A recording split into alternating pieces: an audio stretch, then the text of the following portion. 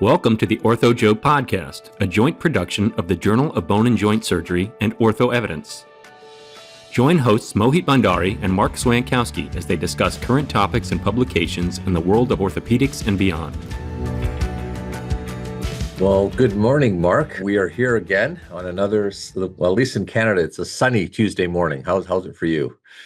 Oh, it's great. And I'm wondering if you got your Tim Hortons. You know what? I do not have it. I had a very early drive-in around 5 this morning and didn't stop by. So I've come in just for this, but I'm going to get one after. Okay. Well, I've got this mug, which I determined this morning that you have to drink in the left, in my case, non-dominant hand. And it's a very expensive mug that costs somewhere around $2,000 a year to the university. So it's priceless, and I have a nice latte in it, and I'm getting ready to go for the day. I love it. Well, listen, we have a pretty interesting guest with us. Dr. Sagar Desai, who is a foot and ankle surgeon in the Toronto area, has done a ton of, I would say, I think it's fair to say social media broadly, but he really covers a broad area of topics in the area of foot and ankle surgery. And particularly, I was intrigued by one of his posts on why are we seeing so many Achilles tendon ruptures in sports. In particular, I think this is related to basketball. First of all, welcome, Sagar, and thank you so much for participating today. Thank you for having me. Yeah, let me just ask you upright. So why are we seeing so many Achilles tendon ruptures? What's going on? That's a very tough question. We're seeing a lot, and I think one thing is important to see is we tend to get, in social media, we see the big guys, right? We see Tyrese Halliburton, Jason Tatum. When these things happen to these major athletes on major stages, particularly with Halliburton on Game 7, the topic becomes hot for a while, then it cools down. And if you really look into it closely, it's not just these guys having these NBA players. It's really this massive increase over the last number of decades. If you look at, Swedish databases, various different European databases, Canadian studies, American studies, everything is showing not only an increase over the years, but a quite massive increase. We're talking, from 2000 to now, we're talking 50%, in some cases even more. So there's a massive number. That's not just on TV. This is proven in every single study possible to date in pretty much all over the world. So we're seeing a huge increase. And what's interesting, we're seeing an increase at pretty much every level, from teenagers to 80-year-olds and everyone in between. So I believe there's probably different reasons for all those, but we are seeing a massive number overall over the last number of decades and years. So let's hear the theories. Young versus old. Let's just start with that. Yeah, so I kind of, at least in my practice, so as an orthopedic surgeon, I have somehow become the Achilles guy in this area in this country. So I'll see, anywhere from on minimum 2, 3, 4 a week, sometimes up to 10 fresh ruptures a week. So I see a huge volume. Wow. So what I've noticed in my own practice is probably reflected in the literature and everywhere else. And what I've seen is actually quite simple. I see a higher number of young people, 20s and younger, teenagers. I see a higher number of pro athletes. I see a higher number of the classic guys like you and I, like the middle-aged weekend warrior, which is the classic Achilles ruptures, like this is the 40 to 60. I see a huge increase in the older athlete, older than 60, older than 70, older than 80. And I do see, in general, my practice seeing more women as opposed to men. I see you look at 5 different categories, and I believe there's similarities with all of them, but also major differences. So if you want to start with kind of the older athlete, without question, there's 2 major reasons. One is that I believe older patients, when I say older, older 40, 50, 60, are participating more in activities, being more active, playing more sports, which is obviously great. But they're also choosing sports that have a higher risk of injury. And obviously pickleball is, without question, the biggest change in my practice over the past 5 years. So in that age group, it's more participation in riskier activities. And specifically, I've seen a massive increase in pickleball injuries specifically. And give you an example, on one day I once saw 4 fresh ruptures from pickleball alone in one single day. So that's the main kind of trend I'm seeing in the older athlete. Wow. Well, keep going right down the line. Yeah, so that's the older athlete. And you want to go to the other extreme, the younger athlete. I'm seeing teenagers, frequently now, and There are a lot of theories. To me, the probably most relevant theory and what I've seen is, and not accusatory, I always ask the parents and the kid, out of curiosity, what sport do you play? What sports have you been playing? What have you done? When I was younger, I'm in my 40s now. When I was younger, and probably similar, and I'll speak for both Bo and Marc, but I played hockey, baseball, basketball, soccer, swam, tennis. I played every sport 2-3 months a year. It wasn't like I played one sport. Now, for multiple reasons, a lot of it, which is probably social media and driven by these massive contracts with pro athletes, I believe younger people are now playing a single sport more often. Basketball, accounts for about 50% of Achilles injuries. So basketball in particular, the young guys I'm seeing, they start playing basketball when they're 6 years old. You see a lot of NBA players criticize the AAU circuit because they're playing when they're 6 years old, 7 years old, 8 years old, playing 3 games a day, 12 months a year.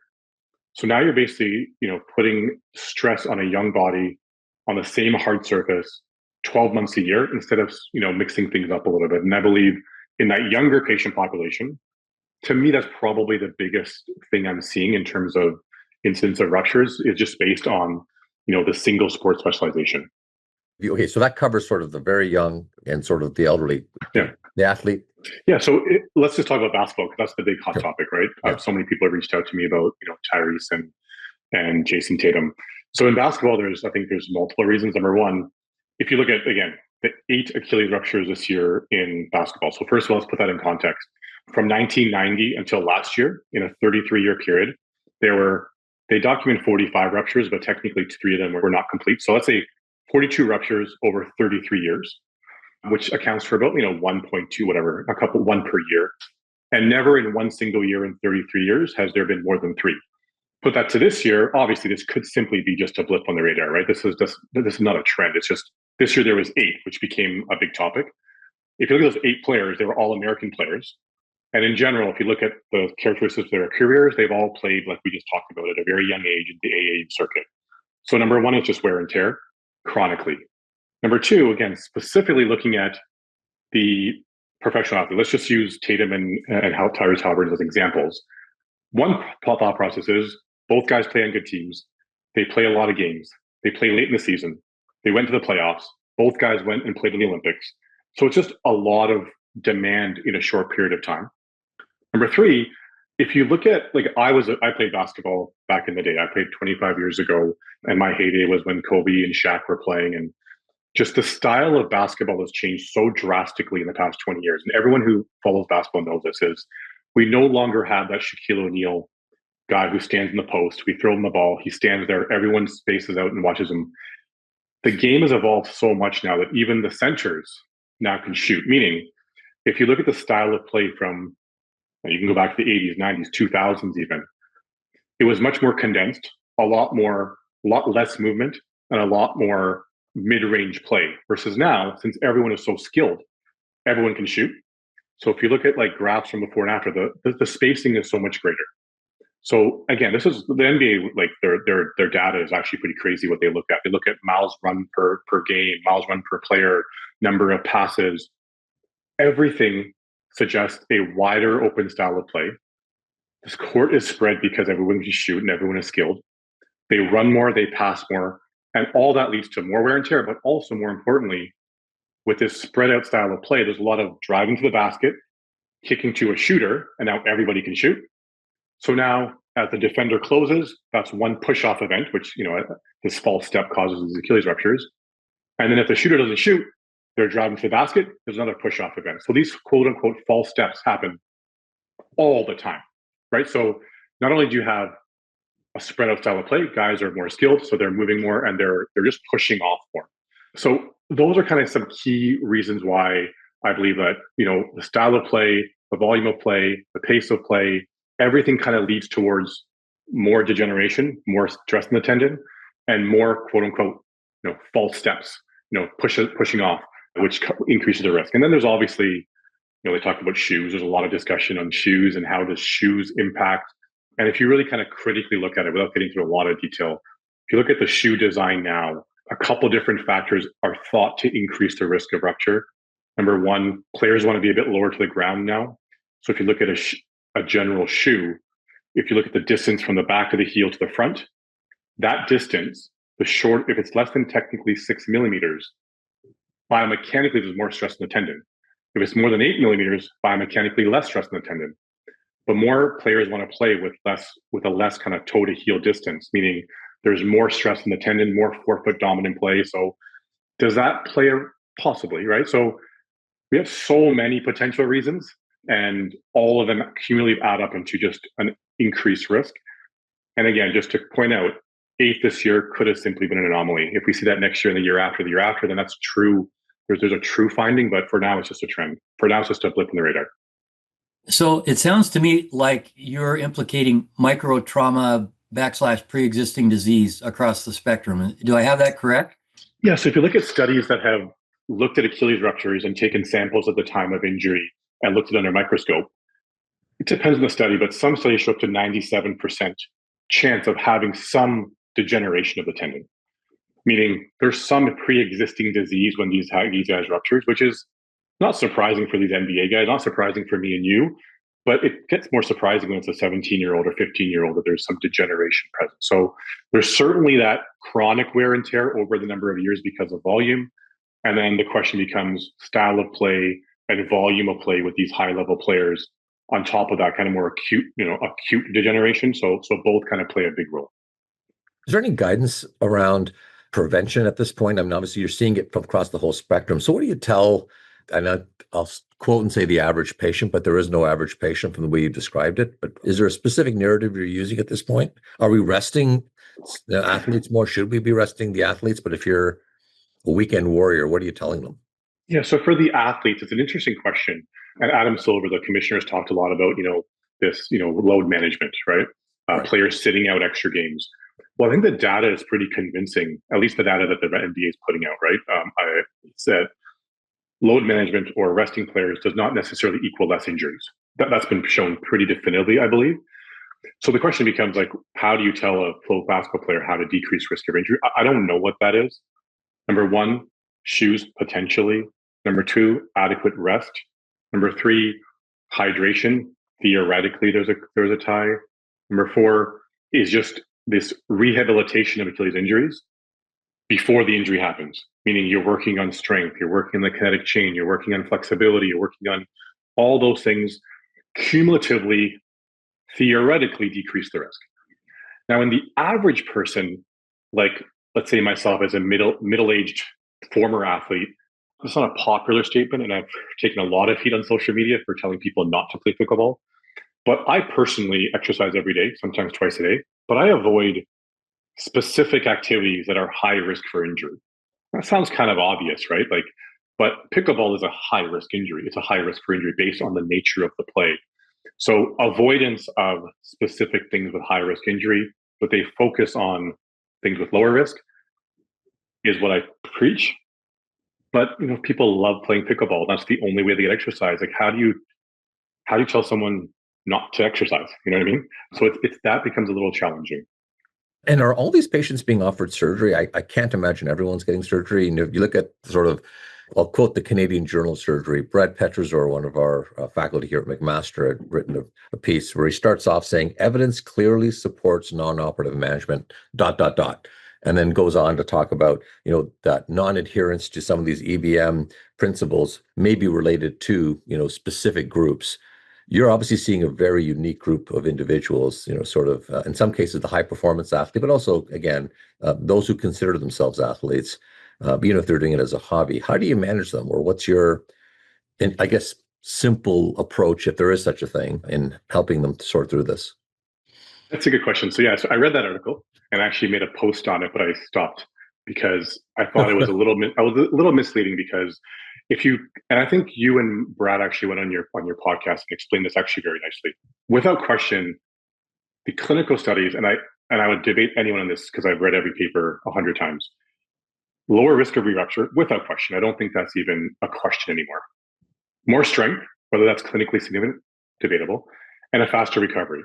The question isn't whether or not statistically there's a better result. The question is, do those statistical findings actually translate to clinical practice? So my discussion with the patient always come down to, here are the 3 potential benefits of surgery.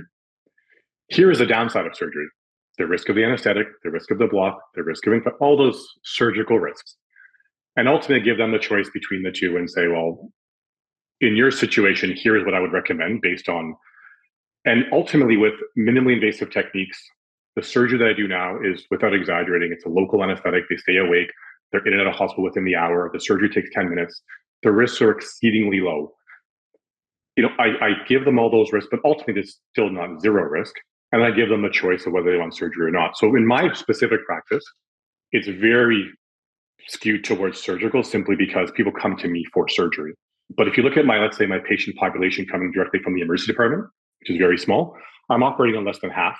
Overall, probably in the 30 to 40% range. So to me, if a patient comes in, they're identified as having an injury, they're plantar flexed in a cast right away, I think that patient, for the most part, will do fine, because if you look at the data on re-rupture rates, it's probably 6% without surgery, 0.6% with surgery, which seems like a lot, 10 to 10 times, but ultimately 6% is still low. So is that 6% clinically relevant for that patient is a discussion I often have.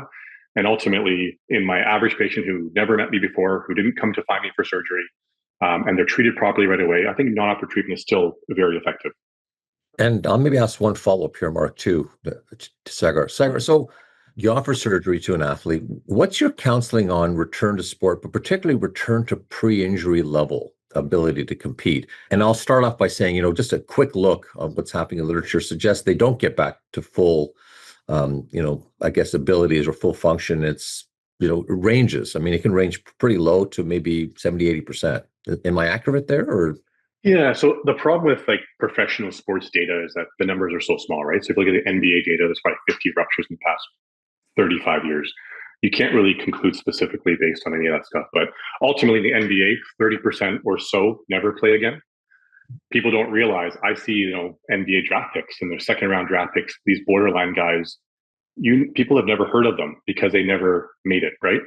So we get skewed by these, like, for example, not to put you guys on the spot, but can you name the 8 NBA players that ruptured their Achilles this year? Probably not, right? Because you can probably name the 3 guys that are famous. But the other 5 guys, like, I know because I love watching the NBA, but these aren't star players, meaning what happens to those guys? With these athletes, to me, it comes down to, I see every athlete from every sport. It comes down to what sport they're playing. Give you one extreme example. I had a high jumper, and it was the dominant foot that they were jumping on. As you know, these high jumpers, these Olympic high jumpers, we're talking millimeters to centimeters makes a difference from a gold medal to last place. In that population, I don't know if they'll ever get back, right? On the other extreme, you have, Kevin Durant's a great example of a basketball player who 7 feet tall, long arms, jump shooter, high release, very skilled. He doesn't solely rely on athleticism to play a sport. A guy like him is going to get back nearly to pre-existing level. So it really depends on what sport they play, what position they play, what their skill set is, to determine kind of me counseling them in terms of when would I expect them to get back to their full capacity. And that anywhere from 5 months to 12 months based on all those factors. Wow, that's great. I don't know, Marc, if you have anything to close here, but thanks so much. Yeah, it's been outstanding, but I do have one additional one. You obviously have a very unique practice with a volume that perhaps exceeds anybody on the planet, which is wonderful. It's so great to be able to interview. But so you mentioned your minimally invasive technique. What would you advise the orthopedic surgeon that's seeing, let's say, less than 5 Achilles tendon ruptures per year in patients that have elected for surgery? Should they go about learning the minimally invasive technique over the standard open technique? That's a good question. So I do have a very high volume. I fix somewhere from 1, 2, sometimes 5 per week, right? I fix over 100 a year, and I teach the technique to people who fix 5 to 10 a year. And that's always their question: is this a sub specialized operation? Is this something everybody should be doing? Having done hundreds and hundreds now, it is an easy operation for me now because I've done hundreds. It was not an easy operation before. There's probably, I estimated 30 different steps in that operation that could go wrong. And I have figured out how to get through all those complications. And when I first start teaching surgeons, they text me after, like, I will never do that again. That's the worst experience of my life. It took me 3 hours, etc. But after a year, they started getting better. So it comes down to volume. So if you're doing 5 a year, I know with my skill set, if I was doing something 5 times a year, like that's complicated. I probably would not do that through a minimally invasive approach.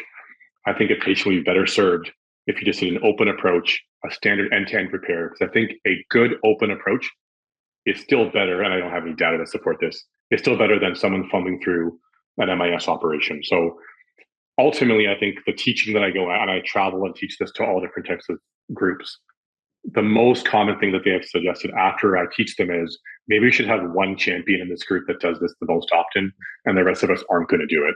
And that seems to work in most groups. And so that's kind of generally the advice that I would give.